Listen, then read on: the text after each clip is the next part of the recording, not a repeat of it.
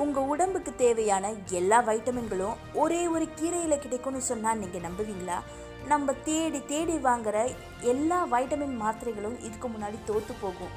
மாத்திரை மருந்தே இல்லாமல் ரத்த சோகையை விரட்டணுமா, மற்ற பல விதமான பிரச்சனைகளை போக்கணுமா? அப்போ இந்த வீடியோ உங்களுக்காக தான். இயற்கை நமக்கு அளித்த மல்டி வைட்டமின் மிராக்கிள் தவசிக்கீரை, இதை பற்றி தான் இன்றைக்கி நம்ம பார்க்க போகிறோம். இந்த தவசிக்கீரை செடி வகையை சார்ந்தது. தரையில் படராது, செடியாக நல்லா ஹைட்டில் வளரும். இதில் வைட்டமின் ஏ, பி, சி மற்றும் இரும்பு சத்து, புரதம் அப்படின்னு ஒரு மனித உடலுக்கு தேவையான அத்தனை சத்துக்களும் கொட்டி கிடப்பதால் இதை மல்டி வைட்டமின் கீரை அப்படின்னு சொல்கிறாங்க.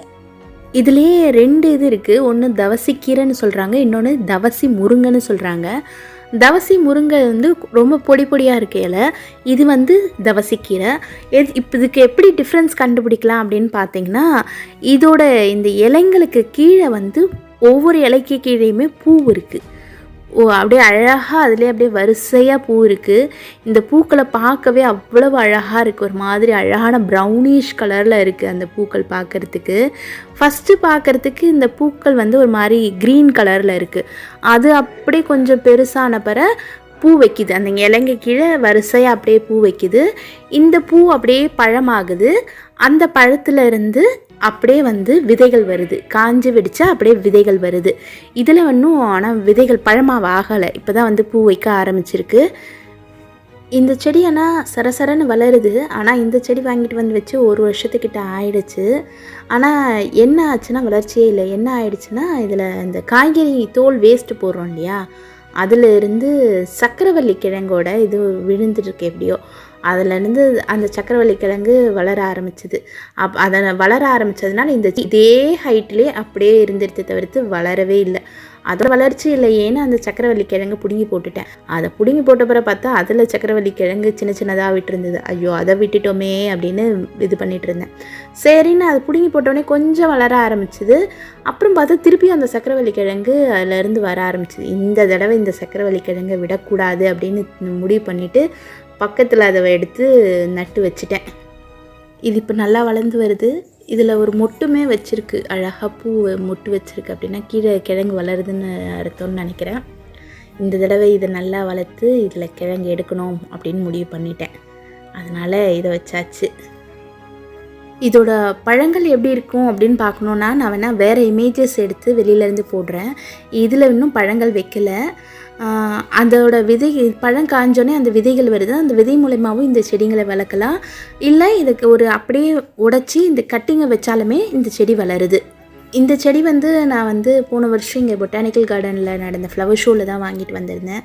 இந்த செடியோட மகிமை தெரிஞ்சு இந்த செடி அங்கே இருக்கான்னு தேடி கண்டுபிடிச்சி வாங்கிட்டு வந்திருந்தேன். இதில் பலவிதமான சக்திகள் ஒளிஞ்சிருக்கு இந்த கீரையில். ஒரு கீரை சாப்பிட்டா ஒவ்வொரு சக்தி இருக்கும் அப்படின்னு சொல்லுவாங்க. இந்த கீரையில் எல்லா கீரையோட சக்திகளையும் அடங்கி இருக்குது. அதனால தான் இதை மல்டி வைட்டமின் கீரை அப்படின்னு சொல்கிறாங்க. இதில் இருக்க கீரைகளோட சக்தி என்னென்னு, இதனால் வர பயன்கள் என்னென்னு ஒன்றுனா சொல்கிறேன். நீங்களும் கேட்டு தெரிஞ்சுக்கோங்க. இந்த செடி உங்களோட பக்கத்தை நர்சரிங்க இல்லை யார் வீட்டிலனா இருந்ததுன்னா அவசியமாக வாங்கி நட்டு வைங்க. இது பார்க்குறதுக்கு டக்குன்னு பார்த்தா கருவேப்பிலை செடி மாதிரி இருக்கும். ஆனால் இது கருவேப்பிலை கிடையாது. இதோட இலைகள் கருவேப்பிலையோட நல்லா பெருசாக இருக்குது. நல்ல டார்க் க்ரீனாகவும் இருக்குது. அதுக்கும் இதுக்கும் நல்லாவே டிஃப்ரென்ஸ் தெரியுது. இப்போ இன்றைக்கி இந்த செடியோட பயன்களை பார்ப்போம். இன்றைக்கி இதோட இதை ஃபஸ்ட்டு டைம் நான் கட் பண்ணி சமையலுக்கு யூஸ் பண்ண போகிறேன். இதோட பயன்கள் என்னென்னன்றதையும் பார்த்துருவோமா? இந்த கீரையில் நான் ஏற்கனவே சொன்ன மாதிரி வைட்டமின் ஏ, பி, சி, அப்புறம் இரும்பு சத்து, புரதம் அப்படின்ட்டு ஒரு மனித உடலுக்கு தேவையான அத்தனை சத்துக்களையும் இதில் கொட்டி கிடக்குது. இதில் கால்சியமும் நிறைஞ்சிருக்கு அப்படின்னு சொல்கிறாங்க. இந்த கீரை வைட்டமின் ஏ அதிகமாக இருக்கிறதுனால கண் பார்வையை இது கூர்மையாக்கும். இது வைட்டமின் சுரங்கம் அப்படின்னு சொல்கிறாங்க. இரும்பு சத்து நிறைந்து இருக்கிறதுனால ரத்தத்தில் ஹீமோகுளோபின் அளவை வேகமாக அதிகரிக்குது. ஹீமோகுளோபின் லெவல் கம்மியாக இருக்கவங்க இந்த கீரையை தொடர்ந்து எடுத்துக்கிட்டால் அது ரத்தத்தில் ஹீமோகுளோபினை ஏற்றி இரத்த சோகைக்கு முற்றுப்புள்ளி வைக்கும் அப்படின்னு சொல்கிறாங்க. வைட்டமின் சி மற்றும் ஆன்டி ஆக்சிடென்ட்டுகள் நிறைந்திருக்கிறதுனால அடிக்கடி சளி, காய்ச்சல் வராமல் இது தடுக்குது.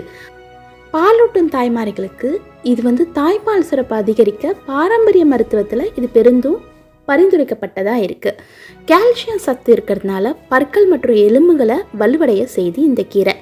இதில் நிறைய இந்த கீரையை மருந்துகளாக, அதாவது துவையங்களா இல்லை இந்த கீரையை பிழிஞ்சு சாறு எடுத்து அதில் தேன் கலந்து சாப்பிட்றாங்க. இல்லைனா இதை நார்மலாக நம்ம சமையலில் கூட சேர்த்துக்கலாம். இதை கீரை பொரியல் மாதிரி தேங்காய் துருவல் சேர்த்து பொரியலாக சாப்பிட்டாலும் சுவையாக இருக்கும். இல்லை பச்சை பருப்பு போட்டு கூட்டு மாதிரி செய்யலாம், அப்பயும் சுவையாக இருக்கும். இந்த கீரையை ஒரு நாளைக்கு டெய்லி அப்படியே 2 கிழங்க பிச்சு சாப்பிட்டாலே அவ்வளோ சத்துன்னு சொல்கிறாங்க. ரொம்ப தித்திப்பு தன்மை கொண்டது, ஒரு மாதிரி லைட்டாக இனிப்பு சுவை கொண்ட கீரையாக தான் இந்த கீரை இருக்குது. நான் ஸ்டார்டிங்கில் பயந்தேன், இந்த கீரை எப்படி இருக்குமோ, என்ன எப்படி டேஸ்ட் இருக்குமோன்னு தெரியலன்னா. ஆனால் இன்றைக்கி நான் இதை பச்சை பருப்பு போட்டு கூட்டு மாதிரி செஞ்சுருக்கேன். அதோட வீடியோவையும் பின்னாடி போடுறேன். ஆனால் டேஸ்ட்டு நல்ல சுவையாக அருமையாக இருந்தது. என் பசங்களும் விரும்பி சாப்பிட்டாங்க. இது மெயின்டெனன்ஸே இல்லாத ஒரு செடிக்கு மெயின்டெனன்ஸே ரொம்ப தேவை கிடையாது. ரொம்ப பூச்சி தாக்குதல்கள் எதுவும் இந்த செடிக்கு இருக்க மாட்டுது. நம்ம நார்மலாக கொடுக்குற மற்ற செடிகளுக்கு கொடுக்குற உரம் போலவே இதுன்னு கொடுத்தா நல்லா பசுமையாக நல்லா அழகாக தளன்னு வளருது. இந்த கீரைக்கு இந்த பேர் வந்ததுக்கு மகாபாரதத்தோட தொடர்பு படுத்தி ஒரு கதை சொல்கிறாங்க. இது ஒரு செவி வழி கதை தான். மகாபாரத போர்வுக்கு முன்னாடி அர்ஜுனன் சிவபெருமானை நோக்கி தவம் செய்து பாசுபாத அஸ்திரத்தை பெற்ற கதை நம்மளுக்கு தெரியும். ஆனால் அந்த நீண்ட கால தவத்தும் போது அர்ஜுனோட உடல்நிலை எப்படி இருந்துச்சு அப்படின்ற போன்ற கதை நம்மளுக்கு தெரியாது. அவன் அர்ஜுனன் கடும் குளிர்லேயும் ஒற்றை காலில் நின்று தவம் செய்து கொண்டிருக்கிறான். உணவின்றி உறக்கமின்றி பல மாதங்கள் கடந்துடுச்சு. அர்ஜுனனோட உடல் மெலிந்து கண்கள் ஒளி இழந்து ரத்த ஓட்டம் குறைந்து ரொம்பவும் பலவீனம் அடைஞ்சிட்டான். வில்லில் நாணேற்ற கூட தெம்பில்லாத அளவுக்கு அவனோட உடல் ரொம்ப தளர்ந்து போனது. இந்த நிலையில் சிவபெருமான் காட்சி கொடுத்தாலும் அவரால் தரப்படும் அஸ்திரத்தை தாங்கும் வலிமை அவரோட உடலுக்கு இருக்குதா அப்படின்ற சந்தேகம் அவருக்கு வர ஆரம்பிச்சிருச்சு. அப்போ அந்த வழியாக ஒரு முதிய தவசி, அதாவது ஒரு முனிவர் அர்ஜுனனை நிலையை பார்த்து அவர் அங்கிருந்த ஒரு செடியை, ஒரு இலைகளை பறித்து அர்ஜுனன்கிட்ட கொடுக்குறாரு. அர்ஜுனா, வீரத்திற்கு உடல் உறுதி ரொம்ப முக்கியம். இந்த செடி, இந்த கீரை சாதாரணமானது இல்லை, இது பல வைட்டமின்களோட சங்கமம். இதை பருகு, உன் உடலில் ரத்தம் ஊறும், கண்களில் ஒளி பெறும், நரம்புகள் இரும்பாகும் அப்படின்னு அந்த முதியவர் சொல்கிறாரு அந்த தவசி. அர்ஜுனன் அந்த இலைகளை சாப்பிட்டு வர சில நாட்கள்லேயே அவனோட சோர்வு தீர்ந்துச்சு. இழந்த ரத்த சத்து மீண்டும் பெருகிச்சு, கண்கள் கூர்மையாக ஆரம்பிச்சான். அந்த தவசி காட்டிய அந்த அதிசய செடி தான் இந்த தவசிக்கீரை. தவசியால் அடையாளம் காணப்பட்டதால இதற்கு தவசிக்கீரை பேர் அப்படின்னு வந்துச்சுன்னு செவி வழி கதை சொல்கிறாங்க. இப்போ அந்த பருப்பு கூட்டு எப்படி செய்யலான்னு பார்க்கலாம். அதுக்கு கீரையை கழுவி கட் பண்ணி வச்சுக்கிட்டேன்.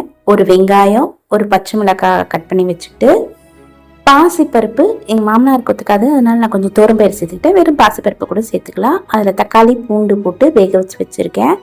இது வேக வச்சது இதெல்லாம் ரெடி பண்ணி வச்சுக்கிட்ட பிறகு வானல் காஞ்சதும் எண்ணெய் ஊற்றிட்டு அதில் கொஞ்சமான கடுகு நல்லா பொரிஞ்சு வந்த அப்புறமா அதில் பெருஞ்சீரகம் போட்டுக்கலாம்.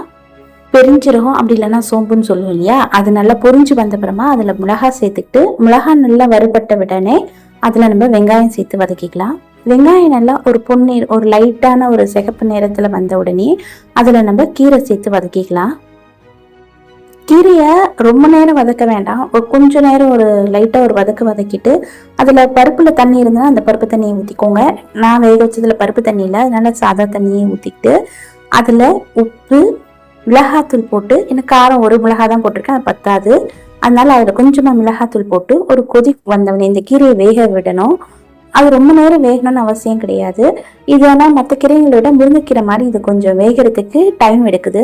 அதனால அது நல்லா வெந்த பிறமா அதில் நம்ம வேக வச்சிருக்கோம் இல்லையா பருப்பு, அதை அப்படியே போடுறதா இருந்தாலும் போட்டுக்கோங்க, இல்லை மசிச்சு போடுறதா இருந்தால் அதை மசிச்சு அதில் கொட்டிட்டு ஒரு கிளறிட்டு ஒரு தேங்காவை நல்லா திருவி அதை அரைச்சி போடலாம், இல்லை அப்படியே போடுறதா இருந்தாலும் அது உங்களோட விருப்பம்.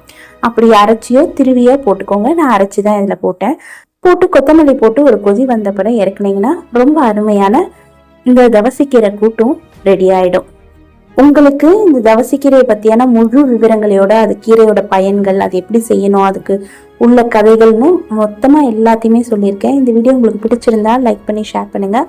உங்கள் ஃப்ரெண்ட்ஸுங்களுக்கும் இதை ஷேர் பண்ணுங்கள். இந்த சேனலையும் அப்படியே சப்ஸ்கிரைப் பண்ணிவிடுங்க.